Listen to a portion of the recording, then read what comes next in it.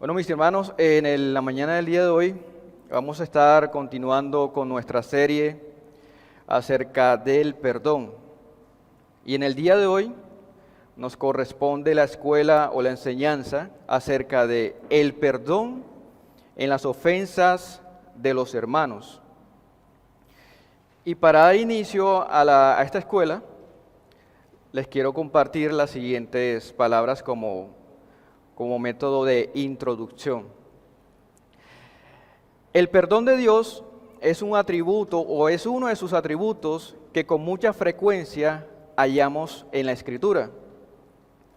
El perdón lo vemos en toda la Biblia, desde el inicio de la creación, cuando Dios perdonó a Adán y a Eva, hasta llegar al libro de Apocalipsis, cuando vemos en todo su esplendor el perdón de Dios al disfrutar nosotros de Él plenamente por toda la eternidad.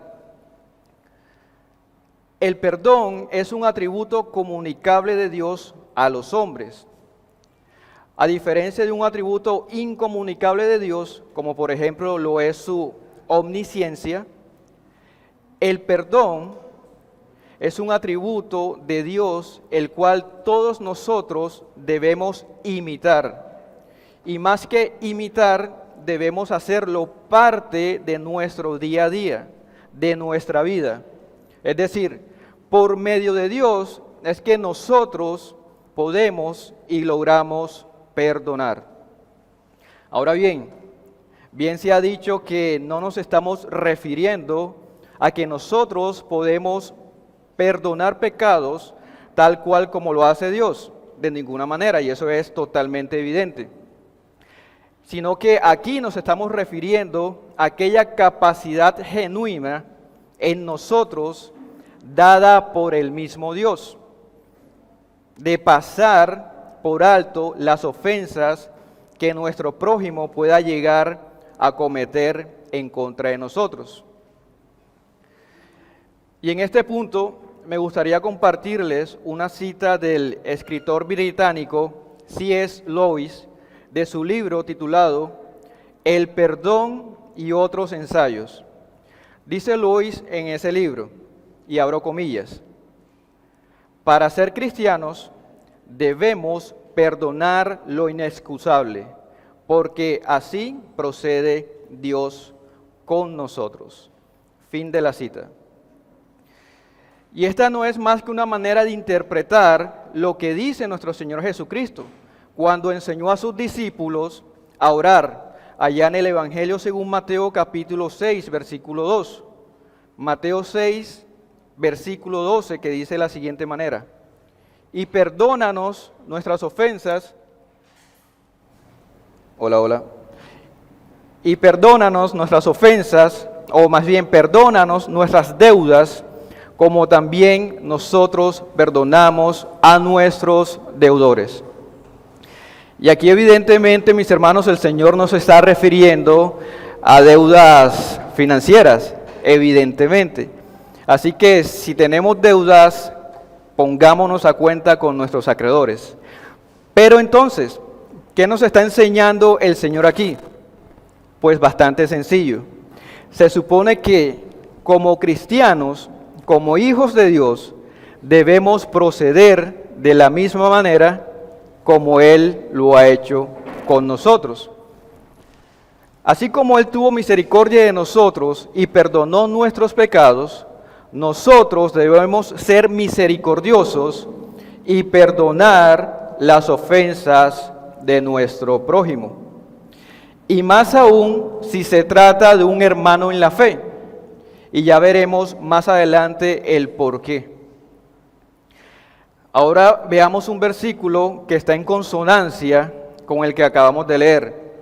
Y el texto lo hallamos en el Evangelio según Lucas, capítulo 6, versículo 37. El Evangelio de Lucas, capítulo 6, versículo 37.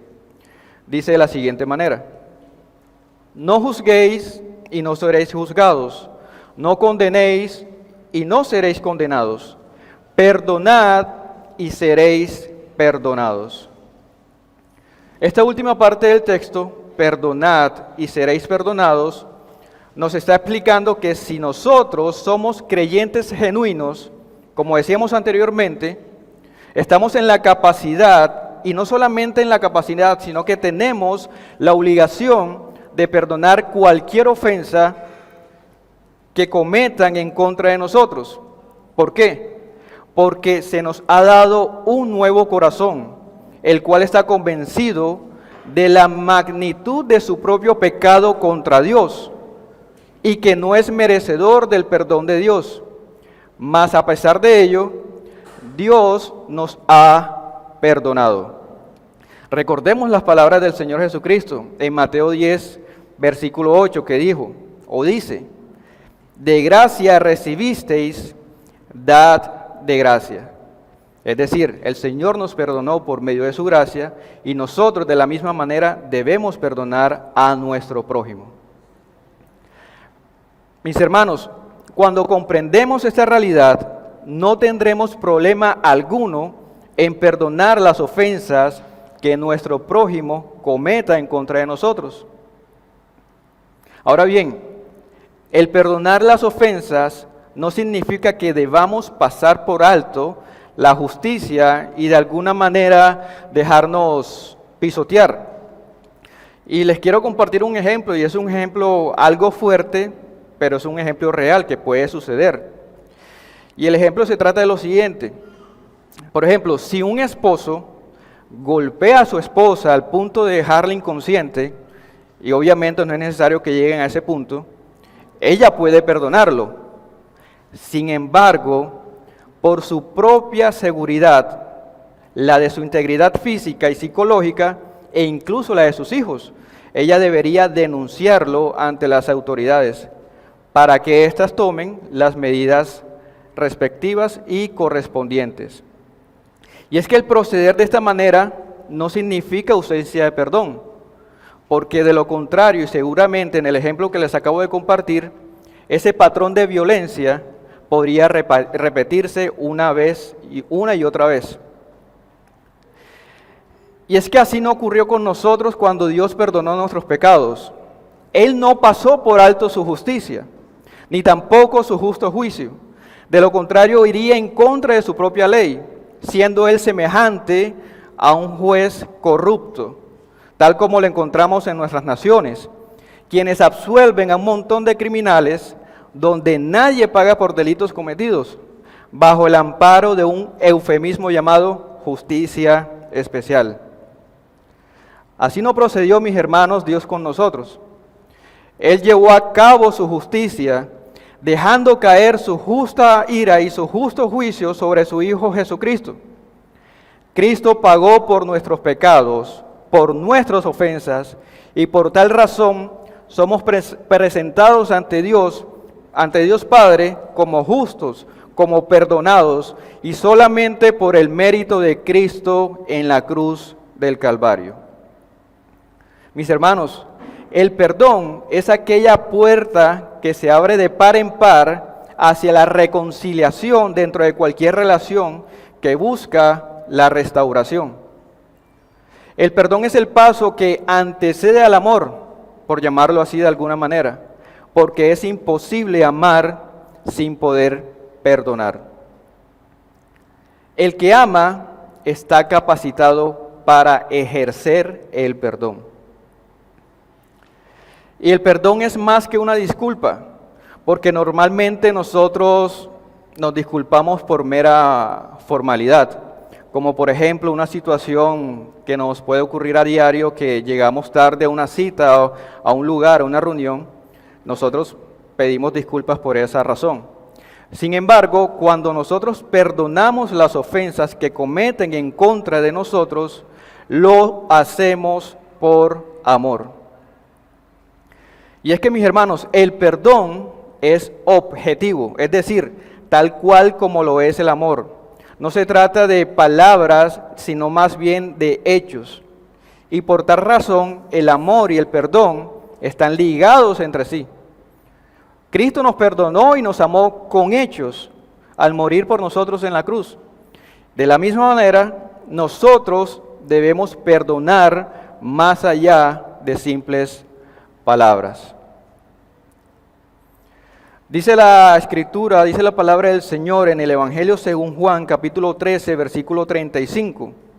Evangelio de Juan 13, capítulo 13, versículo 35, dice de la siguiente manera: en esto conocerán todos que sois mis discípulos, si tuviereis amor los unos con los otros.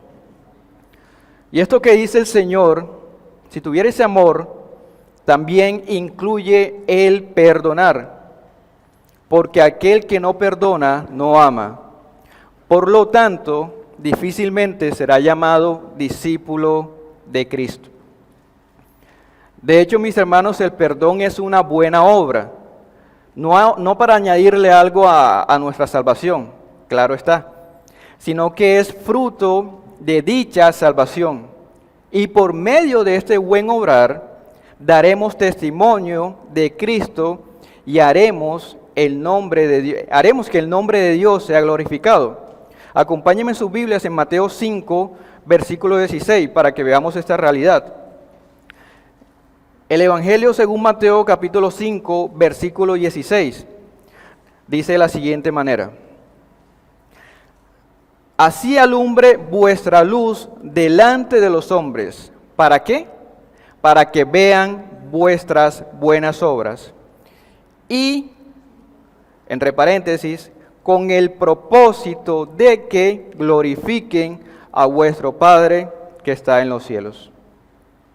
Entonces, para ir concluyendo ya esta introducción, mis hermanos, afirmamos que el perdón es una de las marcas más evidentes en el cristiano, o una de las marcas que evidencia la fe del cristiano, dentro de cualquier esfera de nuestra vida.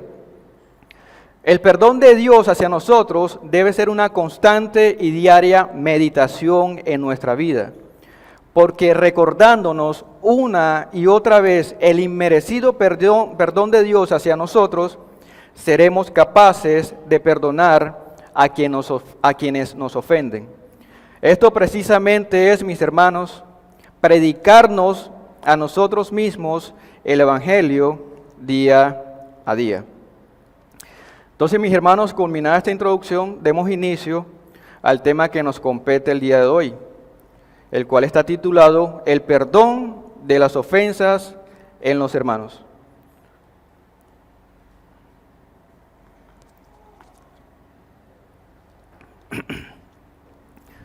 El perdón de las ofensas en los hermanos. Y aquí en este punto quiero que me acompañen nuevamente en sus Biblias en el Evangelio según Mateo, capítulo 18, versículo del 15 al 17. Mateo 18, versículos del 15 al 17. Dice de la siguiente manera: por tanto, si tu hermano peca contra ti, ve y repréndele, es decir, hazle ver su pecado, su falta, su ofensa, estando tú y él solos. Si te oyere, has ganado a tu hermano.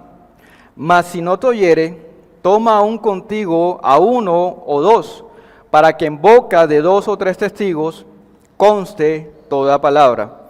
Y aquí en este pedazo tenemos que considerar lo siguiente, y es que Cristo se está remitiendo aquí a la ley, exactamente al libro de Deuteronomio capítulo 19, versículo 15, con el propósito de darle gran relevancia y énfasis al asunto.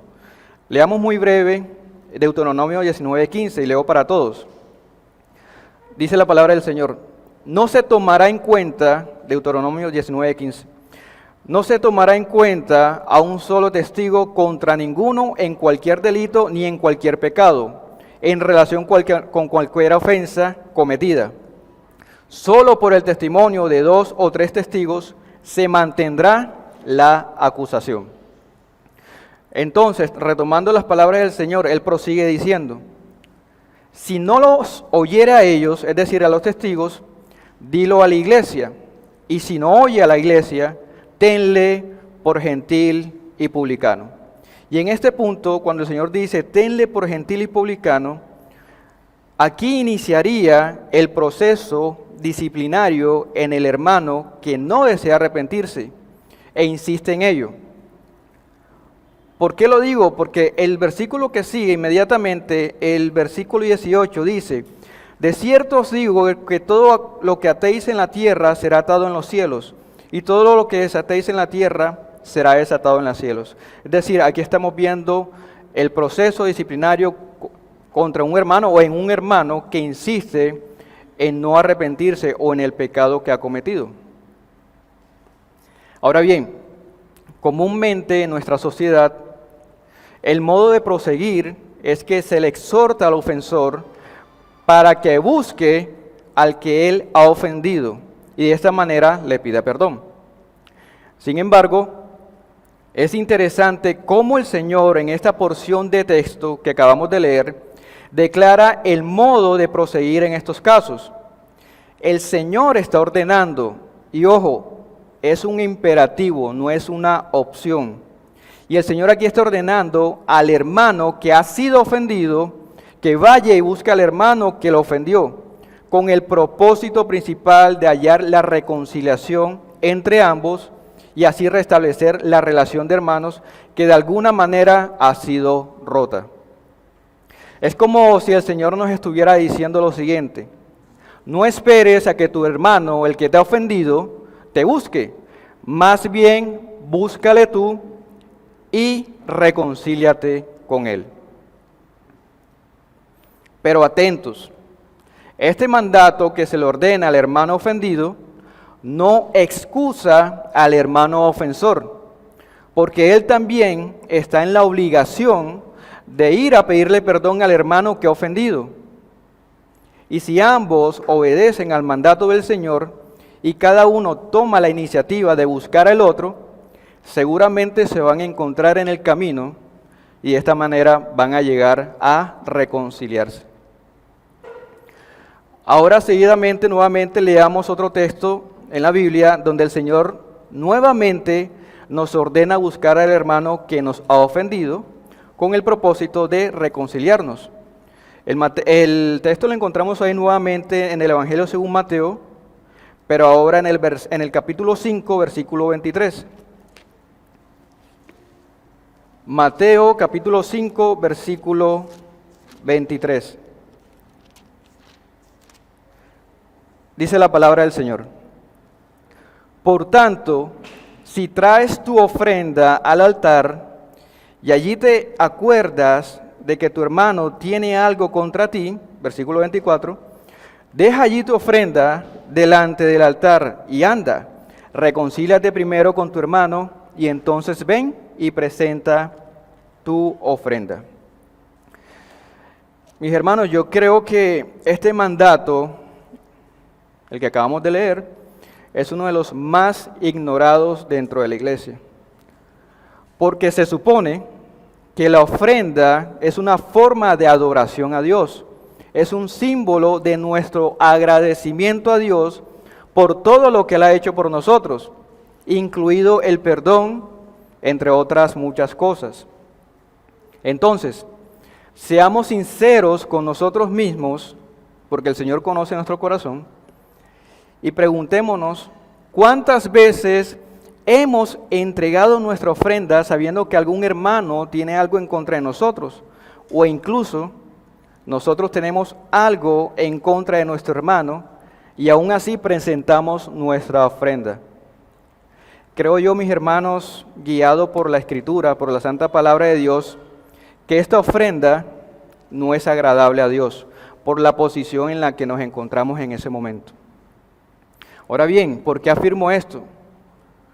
Veamos qué dijo el Señor al respecto de este tema a los fariseos. Y el texto lo hallamos nuevamente en el libro de Mateo, en el Evangelio según Mateo, capítulo 23, versículo 23. Mateo 23, versículo 23, dice la palabra del Señor: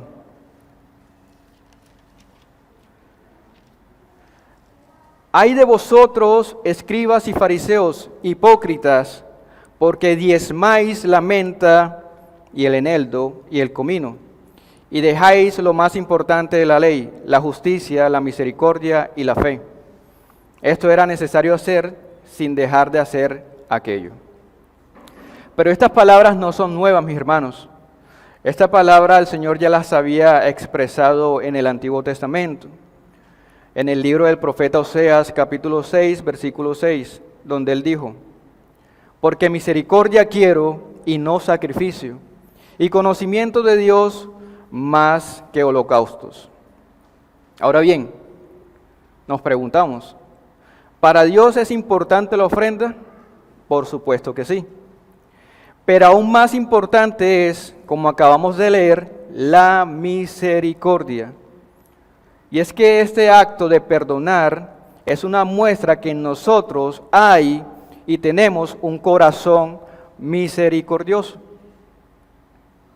Mis hermanos, no nos hallemos a nosotros mismos y que Dios no nos halle siendo hipócritas al presentar la ofrenda, sabiendo que algún hermano tiene algo en contra de nosotros, o peor aún, que nosotros tengamos algo en contra de algún hermano, y de esta manera nos presentemos delante de Dios al ofrendar. Y es que, mis hermanos, la falta de perdón entre hermanos es sinónimo de inmadurez, es muestra que aún nos falta por crecer en el ejercicio de la piedad. ¿Y cómo logramos crecer en la fe? Más específicamente en el tema del perdonar, llevando a cabo a la práctica todo lo que hemos compartido hasta este momento. Es decir, nosotros debemos echar mano de los medios de gracia que se nos ha sido dados, como por ejemplo lo son la oración, la meditación y reflexión en la Escritura y el congregarnos. ¿Y por qué es importante el congregarnos? Porque seguramente vamos a encontrar un hermano que es maduro en la fe y nos va a ayudar en esta práctica del ejercicio de la piedad. Entonces, echando mano a los dones de gracia que el Señor nos ha provisto, vamos a tener la seguridad que estos nos van a ayudar en nuestro caminar y en nuestro crecimiento espiritual. Ahora bien, por ejemplo, ¿cómo podríamos nosotros tener algo en contra de nuestro hermano y de esta manera ofenderlo? Una de las tantas maneras de hacerlo, y que puede presentarse dentro de la iglesia, lastimosamente, es el sentir envidia hacia un hermano, lo cual seguramente nos conducirá o nos llevará a ofenderlo. De hecho, y lo podemos ver, el segundo pecado que encontramos registrado en la Biblia después del cometido por Adán y Eva fue el asesinato de Caín a su hermano Abel. Y nos preguntamos, ¿por qué Caín asesinó a su hermano? Simplemente porque Caín tuvo envidia de Abel. Y posteriormente esto lo llevó a despreciar a su hermano en su corazón, al punto de asesinarlo. En la Escritura también encontramos otro ejemplo, ahí mismo en el libro de Génesis, capítulo 37, versículo 11, el cual nos dice que los hermanos de José le tenían envidia. Y esto lo corrobora el libro de los Hechos, capítulo 7, versículo 9, donde afirma que los hermanos de José, por envidia, lo vendieron a Egipto. Mis hermanos, Dios nos libre que algo semejante suceda. Sin embargo, la envidia seguramente nos va a llevar a despreciar a nuestro hermano en nuestro corazón.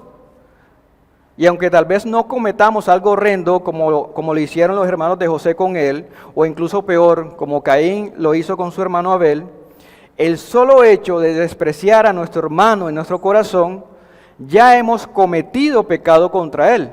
¿Por qué? ¿Qué dice el Señor al respecto? Nuevamente, en el Evangelio según Mateo, versículo 22, dice la siguiente manera: pero yo os digo, dice el Señor, que cualquiera que se enoje contra su hermano será culpable de juicio. Hace tiempo leí la siguiente frase, que no recuerdo exactamente quién es el autor, y si alguien aquí sabe quién es, le agradezco que nos lo comparta. Pero la frase decía algo así, más o menos, y abro comillas: Dios es espíritu y para Él nuestros pensamientos son obras. Juan Calvino, nada más y nada menos que Juan Calvino. Gracias, pastor. Entonces, basados en esta realidad, todo lo que guardamos en nuestro corazón, Dios lo contará como hechos, cualquiera que sean nuestros pensamientos, buenos o malos. Entonces, regresando al ejemplo de la envidia, cuando esto suceda, es decir, al tener envidia de nuestro hermano, debemos correr inmediatamente a Dios para pedirle perdón por tan gran pecado que hemos cometido. Porque Dios dice en su santa ley, en el libro de Éxodo, capítulo 20, versículo 17, lo siguiente: no codiciarás cosa alguna de tu prójimo. ¿Y qué es la codicia? La codicia no es más que envidiar a nuestro hermano o a nuestro prójimo por algo que él tiene, y nosotros, por temas providenciales, no lo tenemos. Es decir, a Dios no le ha placido dárnoslo. Sin embargo, cuando tenemos envidia de nuestro hermano por algo que él tiene, estamos codiciando aquello que nuestro hermano tiene y nosotros carecemos de ello. Por tal razón estamos cometiendo un pecado.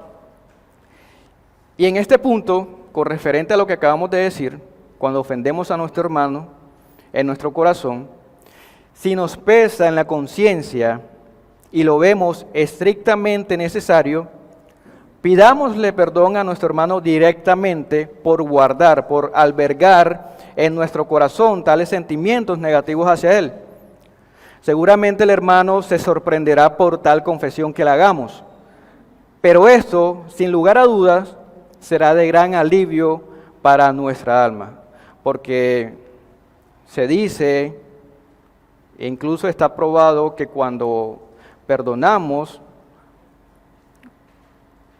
cuando buscamos el perdón de aquel que hemos ofendido, eso va a ser refrigerio para nosotros y nos va a beneficiar tanto física como espiritualmente. Y en este punto, mis hermanos, yo quiero decirles que quiera Dios darnos un corazón misericordioso y perdonador como el de José para con sus hermanos, y nos dé la humildad, porque para lograr pedir perdón necesitamos de mucha humildad. Entonces, pidámosle a Dios que nos dé esa humildad que tuvieron los hermanos de José al pedirle perdón, al ser ellos descubiertos por el pecado que habían cometido. Otra realidad respecto a todo este tema es la siguiente, y es que cuando nosotros perdonamos a nuestro hermano por las ofensas que ha cometido en contra de nosotros, estamos evidenciando el fruto del Espíritu Santo. Dice la Escritura en la carta a los Gálatas, capítulo 5, versículos 22 y 23. Gálatas 5, versículos 22 y 23, dice de la siguiente manera: mas el fruto del Espíritu es amor, gozo, paz, paciencia, benignidad, bondad, fe, mansedumbre, templanza. Contra tales cosas no hay ley. O más bien lo que está diciendo Pablo es, contra tales cosas no hay condenación por medio de la ley. Y es que el perdón también está relacionado con la benignidad, con la bondad, porque todo este fruto del Espíritu Santo no puede haber contradicción lo uno con lo otro.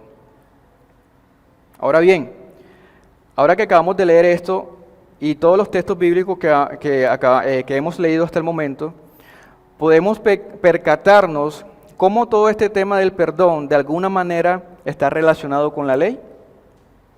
Como leíamos anteriormente, el Señor dice en su palabra: cualquiera que se enoje contra su hermano será culpable de juicio. ¿Y cuándo se ejerce un juicio? Se ejerce cuando se aplica la ley. Entonces, también acabamos de leer en las palabras del apóstol Pablo que todo aquel que evidencia el fruto del Espíritu Santo no será condenado por medio de la ley. Leamos otro versículo que nos arroja un poco más de luz acerca de esta realidad. El texto lo hallamos en la epístola de Santiago, capítulo 4, versículo 11. La carta de Santiago, capítulo 4, versículo 11.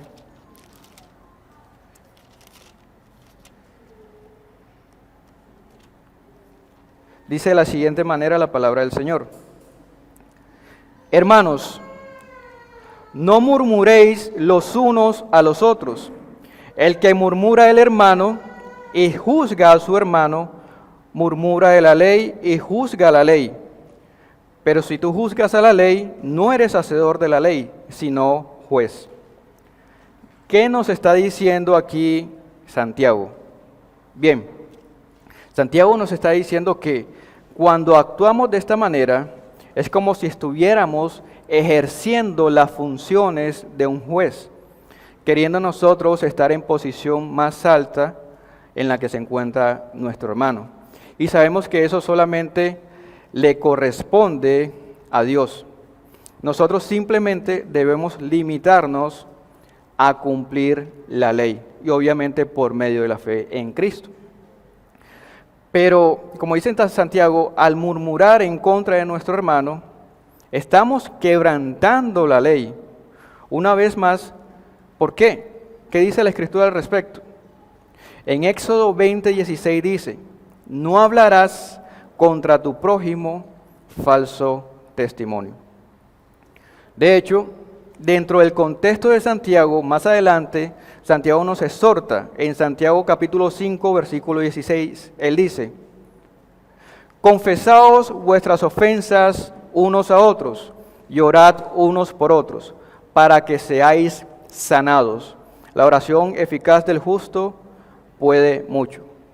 Mis hermanos, esto no es más que buscar a nuestro hermano cuando hemos pecado contra él. Y de esta manera buscamos la restauración de la relación que ha sido rota.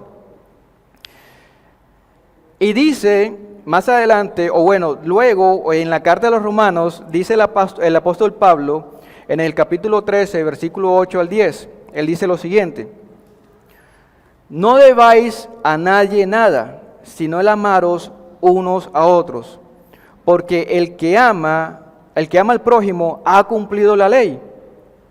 Porque no adulterarás, no matarás, no hurtarás, no dirás falso testimonio, no codiciarás, y cualquier otro mandamiento en esta sentencia se resume. Amarás a tu prójimo como a ti mismo. El amor no hace mal al prójimo. Así que el cumplimiento de la ley es el amor. Nuevamente estamos viendo involucrada la ley de Dios en todo este tema del perdón. Y en el contexto eclesial, ¿quién es mi prójimo? Mi hermano lo es. Entonces, al amar a mi hermano por medio del perdón, estoy evidenciando el fruto del Espíritu Santo y de esta manera dando cumplimiento a la ley de Dios. Ahora leamos otro texto que habla respecto al tema. Y lo hallamos en la primera epístola de Juan, capítulo 4, versículo 20. Me gustaría que me acompañaran ese texto en sus Biblias.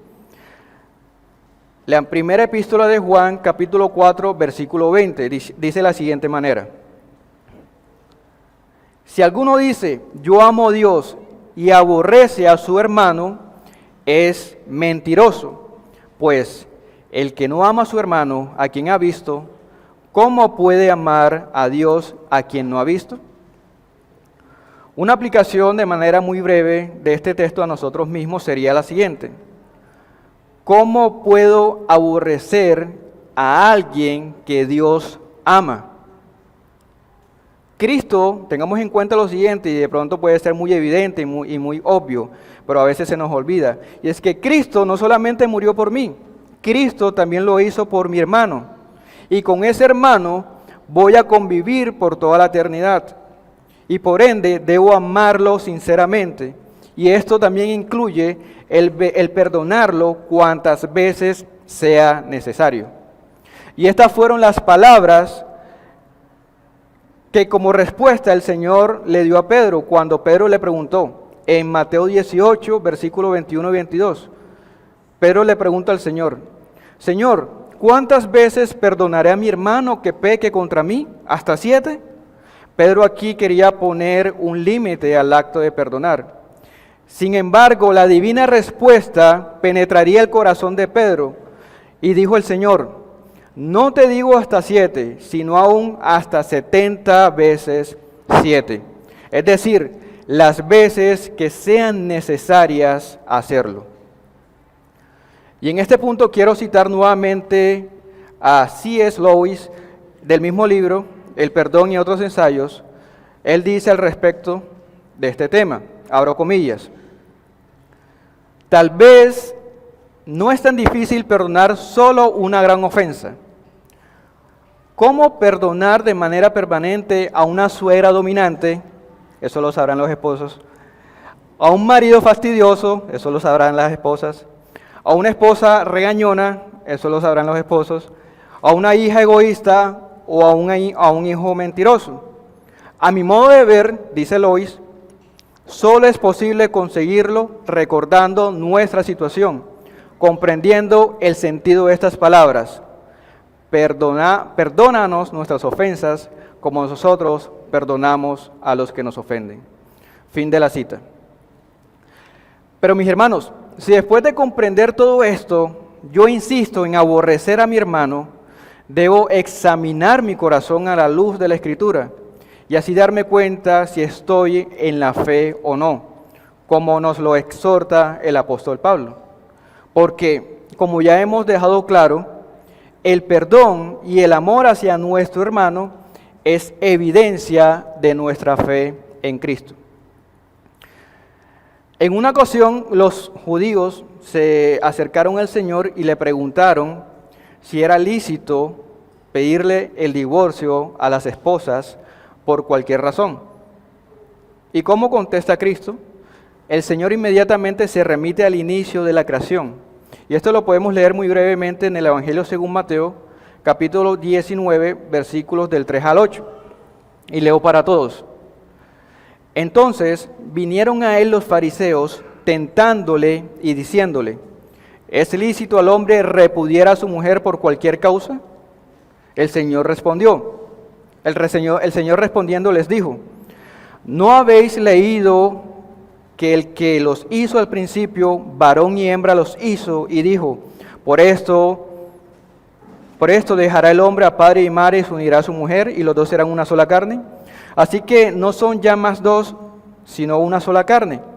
Por tanto, lo que Dios juntó, no lo separe el hombre. Le dijeron los fariseos, para seguir tentándolo: ¿por qué pues mandó Moisés dar carta de divorcio y repudiarla? El Señor le responde: por la dureza de vuestro corazón Moisés os permitió repudiar a vuestras mujeres. Y aquí, mis hermanos, está la clave en la frase cuando el Señor dice: por la dureza de vuestro corazón. Es decir, en otras palabras, por su falta de perdón. Y es que la primera opción a los problemas dentro del matrimonio es el perdón. Claro, como decíamos anteriormente en la introducción de la enseñanza del día de hoy, hay ocasiones urgentemente inevitables donde el divorcio podría ser la opción a considerar, cuando es estrictamente urgente e inevitable. Pero como decíamos, la opción de perdonar siempre será la respuesta.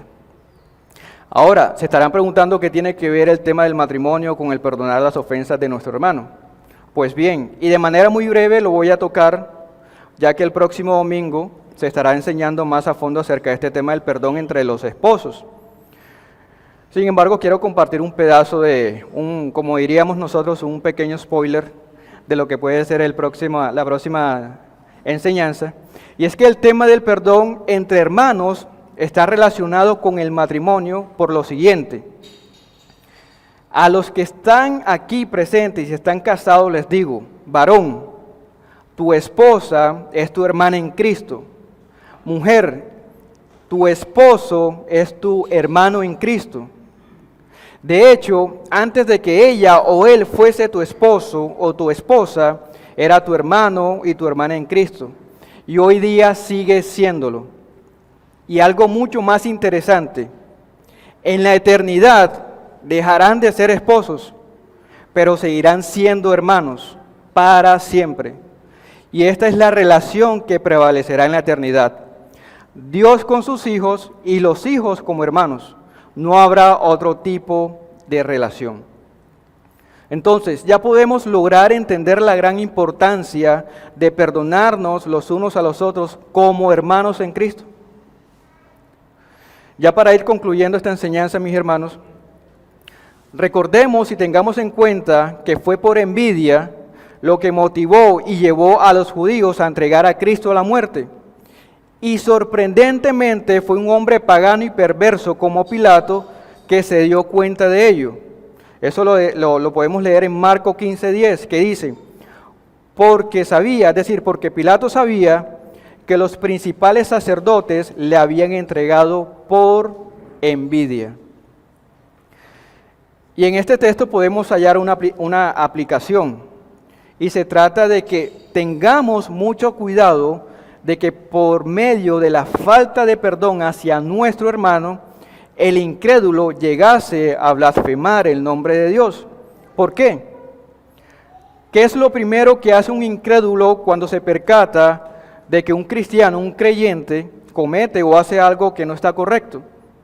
De inmediatamente el incrédulo dice o piensa lo siguiente: ¿y eso que son cristianos?